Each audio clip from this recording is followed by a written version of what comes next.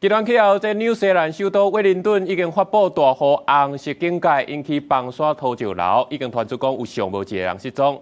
第四个所在居民已经赶紧撤离，政府也宣布紧急状态。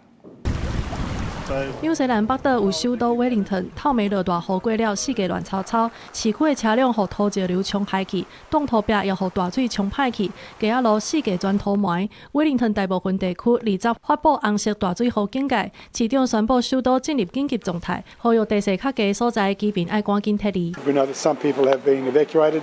Council has set up an emergency assistance centre. So for the southern suburbs, this has been a pretty serious downfall of rain.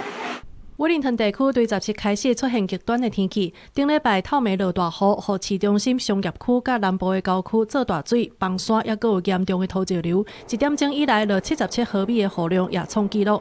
威灵顿消防甲紧急救援部门表示，一暗就接到上无150通救助电话，崩山引起的震动，互居民抓准是地动。The heavy rain came blowing through and. It woke me up, just the rain, and then there was like a gentle earthquake. Well, it wasn't an earthquake. It was the hillside coming down.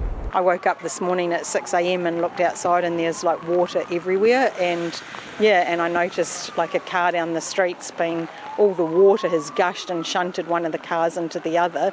目前传出有一个60岁查甫人失联，警方当咧找人。威灵顿公共设施，包括大众运输、图书馆、公园，拢会关到4月21。纽西兰国家气象中心指出，纽西兰中部地区未来28点钟，也佫会出现大水雨、雷公雨，也佫有透风。纽西兰北岛顶礼拜才拄到热带气旋带来大风雨，而且造成部分地区进入紧急状态。公司新闻，景冠庆编译。